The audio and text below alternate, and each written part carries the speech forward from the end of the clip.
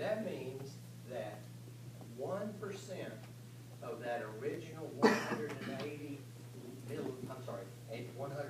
liters of filtrate, only 1% of it is actually going to become urine. So there's our volume of urine. Most people create 1 to 2 liters of urine a day.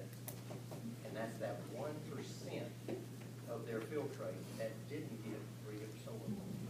Okay? That makes sense? All right. Now, I said that there was a difference between the PCT and the loop of Henle and the DCT. The distal convoluted tubule has walls that are dramatically impacted by hormones. Here we go.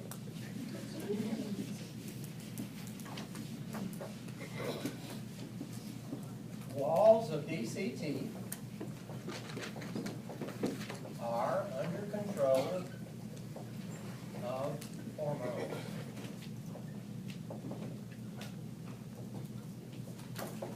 And it's going to be the three that we talked about when we talked about blood pressure.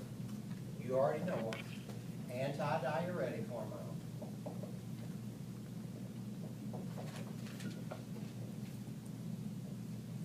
That's number one.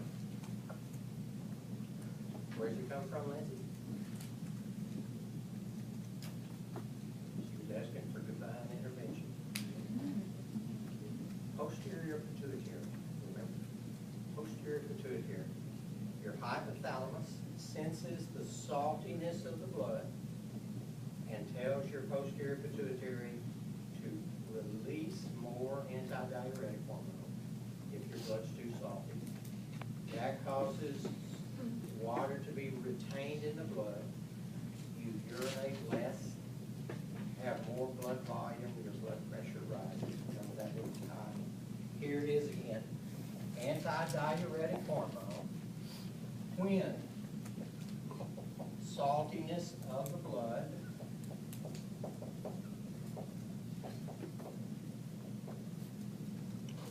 rises above a threshold level,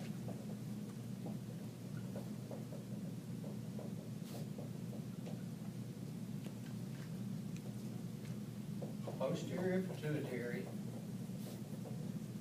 releases ADH.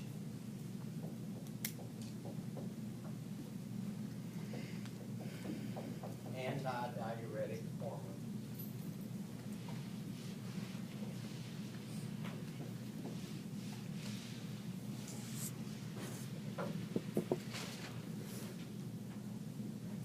Okay. Here's a cross section of the DCT. Cross section of DCT. Here's my little cuboidal cells like I drew before. Occasionally, one of these will be a type of a cell called a principal cell. Principal cell. And if I were going to diagrammatically take one of these cells and enlarge it, very diagrammatically, there it is. And I'll put the nucleus in here. So this is my principal cell. Antidiuretic hormone affects a protein on the surface of the principal cell. So here's ADH, and it comes in the blood and it passes into the interstitial fluid, and so eventually it's going to get to those cells in the walls of the distal convoluted tubule. And the ones that are called principal cells are going to have receptors for antidiuretic hormone. So let's build, here's antidiuretic hormone, and here's one of those receptors. And right next to that receptor is a little gate. So when this hormone, antidiuretic hormone, locks into its receptor, that gate opens and water goes in. Now, there's more water inside of the cell than there should be. And there's more water in here than there is out here. So now the water which is inside goes into the interstitial fluid, and it will be gathered up by the peritubular capillaries and go back into the blood, right? So the H2O here will eventually go back into the blood. So what antidiuretic hormone does is it takes water out of the filtrate, pushes it through the principal cells into the blood of the peritubular capillaries, and your blood volume goes back up. And that's exactly what you wanted to happen right here, isn't it? Okay, so antidiuretic hormone, when the saltiness of the blood rises above a threshold level, posterior pituitary releases ADH.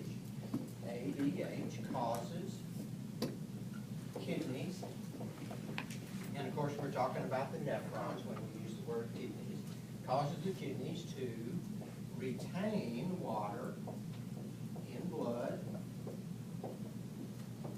because we're moving it into the peritubular capillaries, and saltiness goes down. And that's just what we wanted to happen, right? We want to maintain homeostasis, and this is how we do it. Okay, so antidiuretic hormone is a big deal for the kidneys because it tells those principal cells, get busy, let more water from the filtrate